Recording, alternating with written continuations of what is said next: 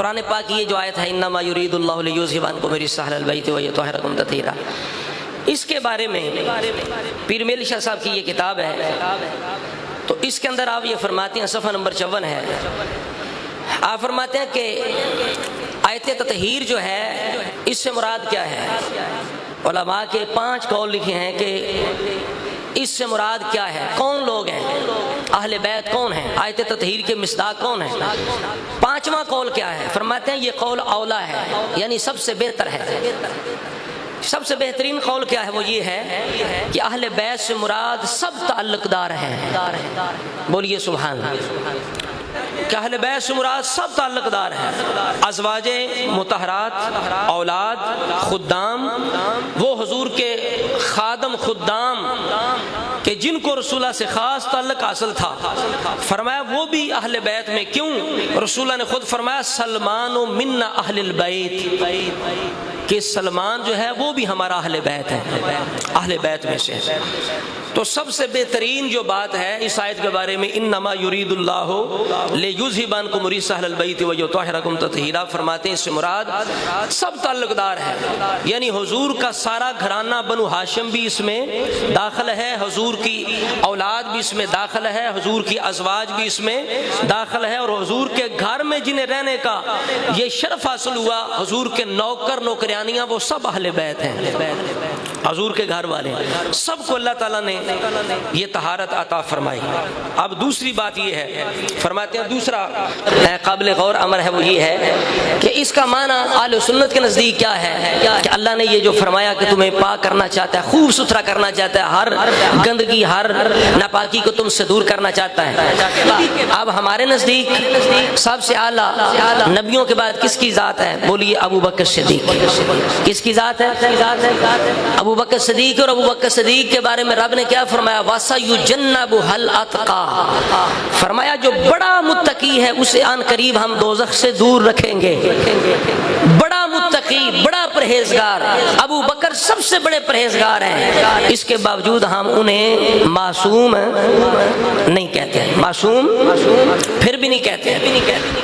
حضور کے ازواج کے بارے میں یہ آیت نازل ہوئی، یہاں ذکر سورہ احزاب کے اندر آگے پیچھے ازواج مطہرات کا ہے، لیکن سنی کی جو محبت ہے وہ بے لگام نہیں ہے، وہ جذباتی نہیں ہے، وہ اپنی مرضی کی نہیں ہے۔ سنی بڑا انصاف پسند ہے، اور اہل سنت اپنی مرضی سے کسی کو مقام نہیں دیتے، بلکہ جو کچھ رب رسول نے مقام دیا اسی کو بیان کرتے ہیں۔ یہ گھڑنے والے نہیں ہیں، یہ بنانے والے نہیں ہیں، یہ چلانے والے ہیں۔ ہم اپنی طرف سے مقام نہیں بناتے کہ فلاں کا یہ مقام، نہ بلکہ جو ہمیں بتایا کہ وہ ہم آگے چلاتے ہیں، بیان کرتے ہیں۔ اسی طرح حضور کے صحاب کے بارے میں اللہ نے فرمایا یہ ڈیوٹی لگائی رسول اللہ کی، وَيُزَكِّيهِمْ، اے میرا محبوب، اے محبوب تو انہیں پاک کر، ان صحاب کو پاک کر، ان کا تزکیہ فرما۔ تو آپ بتائیں اللہ تعالیٰ نے یہ ذمہ داری رسول اللہ کی لگائی کہ پاک کر، رسول اللہ نے صحابہ کو پاک کیا یا نہیں کیا نا پاک، لیکن ہم پھر بھی انہیں معصوم نہیں کہتے، چونکہ عقیدہ اہل سنت کا یہ نہیں ہے۔ ہر صحابی پاک ہے، ہر فرد اہل بیت پاک ہے۔ پاک ہونا اور بات ہے، معصوم ہونا اور بات ہے۔ پاک سے مراد یہ ہے کہ اللہ تعالیٰ ان کے اندر بری خواہش نہیں رکھتا، انہیں بچاتا ہے۔ بری خواہش نہیں، دنیا کی محبت نہیں، دنیا کا حرص نہیں، اصل معنی یہ ہے انما یرید اللہ لیذھب عنکم الرجس اہل البیت ویطہرکم تطہیرا۔ آپ کھول کے پڑھیں سورہ احزاب، آگے پیچھے اللہ تعالیٰ نے کچھ احکام دیے ہیں۔ پیر میلی شاہ صاحب یہ لکھتے ہیں، فرماتے ہیں لوگ یہ کہتے ہیں کہ اللہ تعالیٰ نے بغیر کسی وجہ کے انہیں معصوم بنا دیا، پاکی دے دی۔ فرمایا یہ وجہ نہیں ہے، بلکہ اللہ تعالیٰ نے یہاں اس کا نتیجہ بیان فرمایا، جو اللہ نے انہیں احکام ارشاد فرمائے، جو حکم دیے، اے اہل بیت تمہارا مقام بڑا بلند ہے، یہ کام بھی کرو، یہ کام بھی کرو، یہ کام بھی نہ کرو، یہ کام بھی نہ کرو۔ کچھ حکم دیے، کچھ چیزوں سے منع فرمایا، اور یہ سارا کچھ بیان فرما کے اس کے نتیجے کے طور پر، جزا کے طور پر، اجر کے طور پر یہ فرمایا کہ تمہیں یہ احکام کیوں دے رہے ہیں، تمہیں یہ سارا کچھ تعلیم کیوں دے رہے ہیں؟ مقصد یہ ہے کہ رب تمہیں پاک دیکھنا چاہتا ہے، رب تمہیں اب جتنا کچھ شریعت پہ عمل کرے گا، دین پہ عمل کرے گا، اتنا پاک ہوتا جائے گا۔ پاکی اس وجہ سے ملے گی۔ میل شاہ صاحب کے کیا الفاظ ہیں، فرماتے ہیں کہ زیادہ صحیح معنی اس کا کیا ہے، فرماتے ہیں یعنی اے اہل بیت، اللہ تعالیٰ تم سے ناپسندیدہ امور کو دور کرنے کا، تمہیں پاک صاف کرنے کا ارادہ رکھتا ہے، جس کی صورت یہ ہے، یعنی طریقہ یہ ہے، اگر تم نے اوامر و نواہی شرعیہ کے مطابق عمل کیا، شریعت پہ عمل کیا، تو اس کا نتیجہ اور اجر تمہارے لیے یہ ہوگا کہ تم کو اللہ تعالیٰ پاک و مصفا کر دے گا۔ جو تمہیں حکام دیے اگر عمل کرو گے تو نتیجہ کیا ہوگا، تمہیں پاک ہو۔ اور یہاں مضارع ہے، مضارع عربی کے اندر زمانہ حال اور مستقبل کے لیے ہوتا ہے۔ یہاں فرمایا یرید اللہ، اللہ ارادہ کر رہا ہے اور کرے گا، یہ نہیں کہ اللہ نے کر دیا، اللہ نے پاک کر دیا۔ آگے جو سیکھے ہیں سارے فرمایا کہ لیذہبا، یہ بھی مضارع ہے، ماضی نہیں ہے، یعنی لے گیا نہیں، لے جائے گا، لے جاتا ہے، لے جائے گا۔ تو پتہ چلا کہ یہ مطلب نہیں کہ وہ پیدائشی معصوم ہے، یعنی وہ گناہ نہیں کر سکتے، گناہ کا امکان نہیں ہے، یہ مطلب نہیں، بلکہ یہی مطلب ہے کہ اللہ جس طرح کو کہتا ہے، استاد کہتا ہے، باپ کہتا ہے اپنے بیٹے کو کہتا ہے، شاگرد کو کہتا ہے، پیر اپنے مرید کو کہتا ہے بھائی میں تمہیں اس عہدے پہ دیکھنا چاہتا ہوں، اس مقام پہ دیکھنا چاہتا ہوں، اس شان کے ساتھ دیکھنا چاہتا ہوں، لیکن اس کے لیے ضروری ہے تم یہ کام کرو، اگر یہ تم آداب اختیار کرو گے، یہ کام کرو گے، یہ امتحان پاس کرو گے، یہ کام اختیار کرو گے، تو اس کا نتیجہ یہ ہوگا کہ میں تجھے یہ انعام عطا فرما دوں گا۔ تو اس انداز سے اللہ تعالیٰ نے یہ اپنی چاہت کا اظہار فرمایا ہے۔ آخر میں یہ فرماتے ہیں کہ آیت تطہیر کا یہ مطلب نہیں کہ یہ پاک گروہ معصوم ہے، فرماتے ہیں یہ مطلب نہیں، یہ معصوم ہے اور صدور خطا ان سے ناممکن ہے، یعنی ان سے گناہ ہو ہی نہیں سکتا، یہ مطلب نہیں۔ ہم یہ نہیں کہتے کہ انہوں نے گناہ کیے یا وہ گنہگار تھے، نہ، بلکہ ہم یہ کہتے ہیں کہ معصوم نہیں تھے۔ اگر کوئی خطا ہو گئی تو اللہ نے ان کی خطا کو رسول اللہ کی نسبت کی وجہ سے معاف فرما دیا، ان سے جنت کا وعدہ فرمایا، ان سے رضا کا وعدہ فرمایا۔ تو دنیا کے اندر ان کو اعلان سنا دیا اللہ نے اپنے محبوب کی نسبت کی وجہ سے کہ تمہارے ساتھ میں نے جنت کا وعدہ کیا ہے، جنت تمہارے لیے ہے۔ وَكُلًّا وَعَدَ اللَّهُ الْحُسْنَى، اللہ نے حضور کے ہر صحابی، ہر فرد اہل بیت کے ساتھ حسنہ کا وعدہ فرمایا ہے، جنت کا وعدہ فرمایا ہے، بخشش کا وعدہ فرمایا ہے۔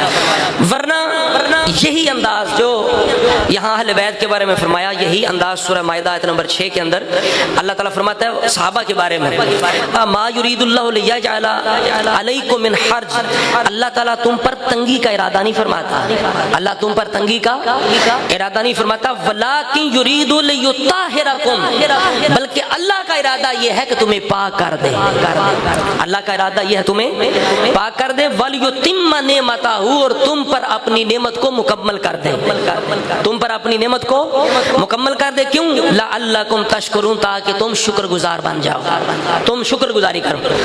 اب اس کے باوجود اللہ تبارک و تعالیٰ نے یہاں فرمایا صحابہ کو اللہ تمہیں پاک کرنا چاہتا ہے، پاک کا ارادہ چاہتا ہے، اس کا چاہت یہ ہے پاک ہو جاؤ، تمہیں پاک کر دے، اور نعمت بھی مکمل کرنا چاہتا ہے۔ اس کے باوجود اہل سنت صحابہ کو معصوم نہیں کہتے، معصوم نہیں کہتے، پاکیزہ کہتے ہیں۔ کیوں؟ سورہ توبہ کے اندر اللہ تعالیٰ صحابہ کی ایک جگہ شان بیان فرماتا ہے، جو مسجد قباء تھی یا مسجد نبوی، اس کے اندر جو نمازی تھے ان کے بارے میں اللہ تعالیٰ فرماتا ہے فیہ رجال یحبون ان یتطہروا واللہ یحب المطہرین، فرمایا وہ جو مسجد ہے نا جس کی بنیاد اول دن سے تقوی پر ہے، فرمایا اس میں ایسے مرد ہیں، ایسے نمازی ہیں کہ جو پاکیزگی کو پسند کرنے والے ہیں، یحبون ان یتطہروا، وہ یہ چاہتے ہیں وہ پاکیزہ ہوں، واللہ یحب المطہرین، اللہ بھی پاکیزہ لوگوں کو پسند فرماتا ہے۔ آپ دیکھیں وضو کے بعد کیا کون سی دعا ہے؟ اللہم اجعلنی من التوابین واجعلنی من المتطہرین، یا اللہ مجھے توبہ کرنے والوں میں سے اور پاکیزگی اختیار کرنے والوں میں سے بنا دے۔ ہم دعا بھی کرتے ہیں، رسول اللہ بھی کیا کرتے تھے، صحابہ بھی کیا کرتے تھے۔ تو اس وجہ سے ہم کہتے ہیں تمام پاک ہیں، رسول اللہ کی آل اصحاب سب پاک ہیں۔ اب آگے جا کے پھر میل شاہ صاحب کیا لکھتے ہیں، فرماتے ہیں یعنی اللہ تعالیٰ یہ ہدایت و احکام تمہارے پاک کرنے کے لیے بھیجتا ہے۔ یعنی پاک کس طرح ہوگے تم کہ اللہ کے حکم پہ عمل کرو گے، شریعت پہ عمل کرو گے، دین پہ عمل کرو گے، یہ پاکی کا سبب ہے۔ پاکی ملے گی جتنا دین پہ عمل کرتے جاؤ گے، جتنے بڑے پرہیزگار ہوتے جاؤ گے، اتنے پاکیزہ ہوتے جاؤ گے۔ فرمایا تمہیں مامور فرماتا ہے، یعنی پابند فرماتا ہے کہ جس کی غایت یہ ہے کہ جس نے تعمیل امر خدا بندی کی اس نے موجب طہارت حاصل کر لیا، اس نے طہارت کا ذریعہ حاصل کر لیا۔ جس نے رب کے حکم پر عمل کیا اس نے طہارت کا ذریعہ حاصل کر لیا، اور جس نے خلاف ورزی کی تو وہ اس سے محروم رہا۔ آگے فرماتے ہیں آخری لائن ہے، فرماتے ہیں معلوم ہوا تطہیر بدی معنی یعنی اس معنی میں طہارت یعنی تنزیل احکام و ہدایت قرآنیہ کہ قرآن کے جو ہدایت اور حکام نازل ہوئے، فرماتے ہیں ایسی تطہیر سب اہل ایمان کو شامل ہے، سب اہل ایمان کو حاصل ہے، صرف امہات المومنین و آل اباء علیہ السلام کے ساتھ مخصوص نہیں ہے۔ تو یہی میں عرض کر رہا ہوں کہ رسول اللہ کے 3 طرح کے بیعت ہیں۔ ایک بیعت نبوت ہے کہ جو بھی رسول اللہ کا غلام بنا، امتی بن گیا، اللہ تعالیٰ اسے پاکیزگی عطا فرما دیتا ہے، اس کا دل بھی پاک، اس کی زبان بھی پاک، اب جتنا وہ شریعت پہ چلے گا اس کا ظاہر بھی پاک ہوتا جائے گا۔ تو اسی طرح جس طرح حضرت نوح علیہ السلام نے کہا رب اغفر لی ولوالدی ولمن دخل بیتی مؤمنا وللمؤمنین والمؤمنات، اے اللہ مجھے بھی بخش، میرے والدین کو بھی بخش، اور جو مومن میرے گھر میں داخل ہو جائے اسے بھی بخش دے۔ تو یہ بیعت نبوت کی بات ہے۔ اب 2 باقی رہ گئے ہیں۔ ایک ہے رسول اللہ کی بیعت سکونت۔ سکونت کا مطلب ہے جو رسول اللہ کے گھر میں آ گئے وہ بھی اہل بیت ہیں۔ حضور کی ازواج پہلے اہل بیت نہیں تھی، ابو بکر صدیق کی بیٹی عائشہ پاک پہلے اہل بیت نہیں تھی، لیکن جب رسول اللہ کے گھر میں آ گئیں، حضور کی اہل ہو گئیں، تو اب کیا ہے وہ اہل بیت۔ اس طرح ازواج مطہرات، حضور کے غلام، خدام، وہ سب بیت یعنی وہ سکونی طور پر سکونت کے اعتبار سے اہل بیت ہیں، بیت سکونت کی وجہ سے۔ اور کچھ ہیں بیت نسب یعنی حضور کا سارا خاندان بھی اہل بیت ہے، جس نے اسلام قبول کیا۔ مثلا حضرت عباس حضور کے چچا ہیں، ان کی آل، ان کی اولاد جنہوں نے بھی اسلام قبول کیا وہ سب اہل بیت ہیں۔ آل علی، حضرت علی کی ساری اولاد اہل بیت، آل عقیل علی کے دوسرے بھائی عقیل کی ساری اولاد اہل بیت، حضرت علی کے بھائی جعفر ہیں ان کی ساری اولاد اہل بیت۔ اسی طرح کر کے حضرت امام حسن کی لوگوں نے چند حضرات کے اندر اہل بیت کے معنی کو محدود کیا اور کہا 12 امام 14 معصوم، بس اور کوئی معصوم نہیں ہے۔ یعنی رسول اللہ کی ازواج بھی اہل بیت نہیں ہے، معاذ اللہ، حضور کا خاندان بھی اہل بیت نہیں ہے۔ تو اہل بیت کون ہے؟ 12 امام اہل بیت ہیں۔ یعنی جب آیت نازل ہوئی تو اس وقت صرف حضرت علی المرتضیٰ شیر خدا تھے، حسن و حسین چھوٹے ہیں، اگر انہیں شامل کر لیں تو اس وقت کتنے افراد ہیں اماموں میں سے؟ 3، باقی ہیں 9 بعد میں، تو ان 9 کو شامل کر رہے ہیں جو صدیوں بعد پیدا ہوئے، جو سالوں بعد ہیں، وہ تو کہتے ہیں اہل بیت ہیں، اور جو ازواج مطہرات حضور کی گھر والی ہیں انہیں کہتے ہیں اہل بیت ہی نہیں ہے۔ تو یہ بہت بڑی گستاخی ہے۔ اور ان لوگوں نے کیا کیا کہ فاطمہ زہرا رضی اللہ تعالیٰ عنہ کی یہ 2 شہزادے حسن و حسین، انہیں تو اہل بیت مان لیا۔ اب سیدہ فاطمہ زہرا کی بیٹیاں 2، ایک کا نام ام کلثوم ہے، ایک کا نام زینب ہے۔ اب نہ ام کلثوم کو انہوں نے اہل بیت مانا، نہ حضرت زینب کو اہل بیت مانا۔ امام حسین کے ایک بیٹے کو اہل بیت مانا، امام زین العابدین کو، باقی بیٹوں کو بھی اہل بیت نہ مانا۔ امام حسن کو اہل بیت مانا، امام حسن کی ساری اولاد کو اہل بیت سے خارج کر دیا۔ حضرت علی کے 2 بیٹوں کو صرف اہل بیت مانا، حضرت علی کے تقریباً آپ کے بیٹیاں بیٹے باقی بیویوں سے ملائیں تو 26-27 بنتے ہیں۔ اب بتائیں کہ 22-23 حضرت علی کے بیٹے بیٹیوں کو بھی اہل بیت سے خارج کر دیا گیا۔ لیکن اہل سنت کتنے ادب والے ہیں، کتنی شان والے ہیں، کتنے خوش بخت ہیں کہ یہ کہتے ہیں حضور کا سارا خاندان ہی اہل بیت ہے۔ بھئی ہم نے کسی کو طہارت دینی ہے، ہم کون ہے؟ اللہ تعالیٰ دینے والا ہے، تو مفہوم وسیع ہے، اس کے اندر کوئی شک نہیں ہے۔ اور بیوی کا اہل بیت ہونا یہ قرآن کی قطعیت اور زبان کے ساتھ ثابت ہے۔ مثال کے طور پر یہاں جو یہ آیت ہے انما یرید اللہ لیذھب عنکم الرجس اہل البیت ویطہرکم تطہیرا، آپ پڑھے رکوع سارا، اول بھی حضور کی بیویوں کا ذکر ہے، آگے بھی حضور کا، اور یہ جو ہے یہ پوری آیت بھی نہیں ہے، جسے آیت تطہیر کہتے ہیں نا ویسے کہہ دیتے ہیں، لیکن آیت نہیں ہے، یہ آیت کا حصہ ہے، یہ آیت کا حصہ ہے۔ تو شروع میں بھی ازواج مطہرات کی بات ہے، ایک آیت ہے شروع میں بھی حضور کے زواج کی بات ہوئی آدھی آیت تک، اور آدھی آیت کا اگلا حصہ جو ہے اس میں یہ اللہ تعالیٰ نے فرما دیا انما یرید اللہ لیذھب، تو اس کے باوجود انہیں خارج کر دیا گیا، جبکہ قرآن یہ کہتا ہے وہ بھی اہل بیت ہیں، حضور کے زواج بھی، چونکہ قرآن نے یہاں کہا حضور کے زواج کو اہل بیت ہیں۔ اب یہاں کہتے ہیں کہ یہاں جو ضمیریں ہیں نا توجہ فرمائیں، بس بات ختم ہو رہی ہے۔ قوم ضمیر مردوں کے لیے آتی ہے جمع کے لیے، قوم ضمیر جو ہے یہ مردوں کے لیے، کہتے ہیں اس میں اگر ازواج مطہرات ہوتے نا تو پھر ہوتا انتن نہ ہوتا، قوم نہ ہوتا، تو یعنی جو عورتوں کے ساتھ مخاطب ہونے کے سیغے ہیں وہ انداز ہوتا، قوم نہ ہوتا۔ یہ قوم جو ہے اس سے پتہ چلا کہ اس سے ازواج مراد نہیں ہے، چونکہ وہ تو مردوں کے لیے آتا ہے، یہ عورتیں ہیں۔ تو اس کے بارے میں یہ ہے کہ عربی کے اندر آپ جہاں بھی اہل پڑھیں گے نا، لفظ اہل یہ مذکر ہے، جہاں بھی اہل آئے گا اس کے ساتھ ہمیشہ قرآن کا اسلوب ہے، عربی کا طریقہ ہے، اہل آئے گا اہل، اہل آتا جائے گا تو ضمیر جمع مذکر والی آ جائے گی۔ مثال کے طور پر اللہ تعالیٰ نے حضرت ابراہیم علیہ السلام کی بیوی ہیں سارہ، جب انہیں بڑھاپے کے اندر بیٹے کی خوشخبری سنائی فرشتوں نے آ کے، آپ فرشتے کیا کہتے ہیں؟ انہوں نے تعجب کیا، آپ فرشتے کہتے ہیں قالوا اتعجبین من امر اللہ رحمت اللہ وبرکاتہ علیکم اہل البیت۔ اب قرآن کہتا ہے، وہ فرشتے کہنے لگے کیا تم، یہ آتاجبینا یہ واحد مؤنث مخاطب کا صیغہ ہے، ایک عورت کو جب مخاطب ہونا تو آتاجبینا، کیا تم تعجب کرتی ہو، کیا تم تعجب کرتی ہو۔ اب یہاں عورت تھی تو عورت کا صیغہ آیا، من امر اللہ، اللہ کے اس حکم میں، رحمت اللہ و برکاتہ علیکم، آگے لفظ لانا تھا اہل البیت، تو جب اہل بیت آنے لگا تو ساتھ ہی ضمیر تبدیل ہوئی، اور قرآن نے انداز تبدیل کیا اور کہا علیکم اہل البیت، علیکی، ویسے تھا علیکی، تم پر عورت ایک ہو تو اس کے لیے علیکی ہوتا ہے، تمہیں مرد ہو تو علیکا، عورت ہو تو علیکی، تو یہاں علیکی نہیں فرمایا، فرمایا علیکم اہل البیت۔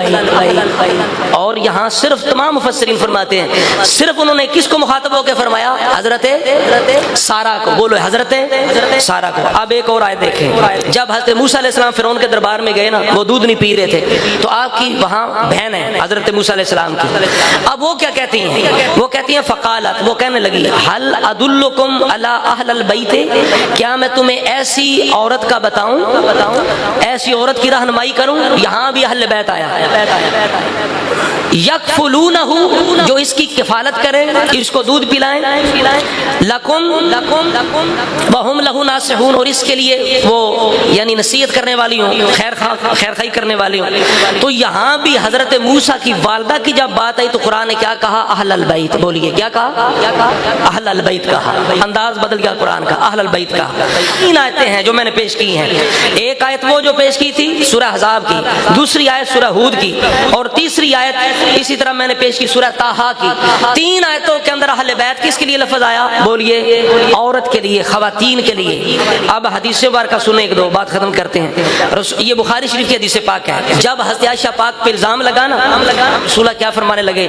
قد بلغنی اذاہ فی اہل بیتی، مجھے اہل فلاں بندے نے فی اہل بیتی، میری اہل بیت کے بارے میں مجھے تکلیف پہنچائی ہے، اہل بیت کے بارے میں مجھے فلاں بندہ تکلیف دے رہا ہے۔ تو یہاں بخاری شریف کے اندر اہل بیت سے مراد کون ہے؟ بولے سیدہ عائشہ صدیقہ رضی اللہ تعالی۔ کون ہے؟ بولی سیدہ عائشہ صدیقہ۔ اسی طرح بخاری شریف کے اندر ایک اور حدیث ہے 4750، ایک 4753، یہ دو حدیثوں کے اندر اہل بیت کا لفظ ہے، اور دونوں جگہ عائشہ صدیقہ رضی اللہ تعالی عنہا کے لیے ہے۔ اب دوسری جگہ جب زینب بنت جہش سے رسول اللہ کا نکاح ہوا نا تو وہاں سے نکلے تو ہر بیوی کے دروازے پر پہنچے رسول اللہ، پہنچ کے تو آپ نے سلام کیا کس انداز سے؟ حدیث کے اندر فخرج النبی فانطلق الی حجرۃ عائشہ، سیدہ عائشہ پاک کے حجرے کے پاس آئے اور آ کے رسول اللہ نے عائشہ پاک کے حجرے کے باہر کھڑے ہو کے کیا کہا؟ فقال السلام علیکم اہل البیت، اے اہل بیت تم پر سلام ہو، اہل بیت تم پر سلام ہو۔ اسی طرح ہر بیوی کے دروازے پہ جا کے رسول اللہ نے اہل بیت کہا تو معلوم ہوا قرآن کے زبان کے اندر، حدیث کی زبان کے اندر اہل بیت عام ہے۔ حضرت مسلم شریف کے اندر ہے زید بن ارقم حضور کے صحابی ہیں، ان سے کسی نے پوچھا کہ بتائیے کہ حضور کی جو ازواج ہیں وہ بھی اہل بیت ہیں؟ وہ کہنے لگے نساؤہ من اہل بیت، بالکل رسول اللہ کی جو ازواج ہیں وہ بھی اہل بیت ہیں، حضور کا خاندان بھی اہل بیت ہے، اور اللہ نے سب کو پاکیزگی طہارت عطا فرمائی ہے۔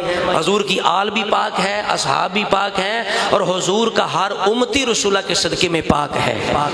اب ہم جتنی کوشش کریں گے اتنی ہمیں پاکیزگی حاصل ہوتی جائے گی۔ تو اس لیے امام اہل سنت کے چھوٹے بھائی وہ کہتے ہیں جن کی پاکی کا خدائے پاک کرتا ہے بیان، آیا تطہیر سے ظاہر ہے شان اہل بیت۔ مل کے پڑھ لو، آیا تطہیر سے، آیا تطہیر سے ظاہر ہے شان اہل بیت۔ اہل بیت پاک سے گستاخیاں بے باکیاں، لعنت اللہ ہے علیکم دشمنان اہل بیت۔ اور بے ادب گستاخ فرقے کو سنا دے اے حسن، یوں کہا کرتے ہیں سنی، یوں کہا کرتے ہیں سنی، داستان اہل بیت۔ اللہ رب العزت ہر سنو سب نو آل و صحاب دا ادب کرنے محبت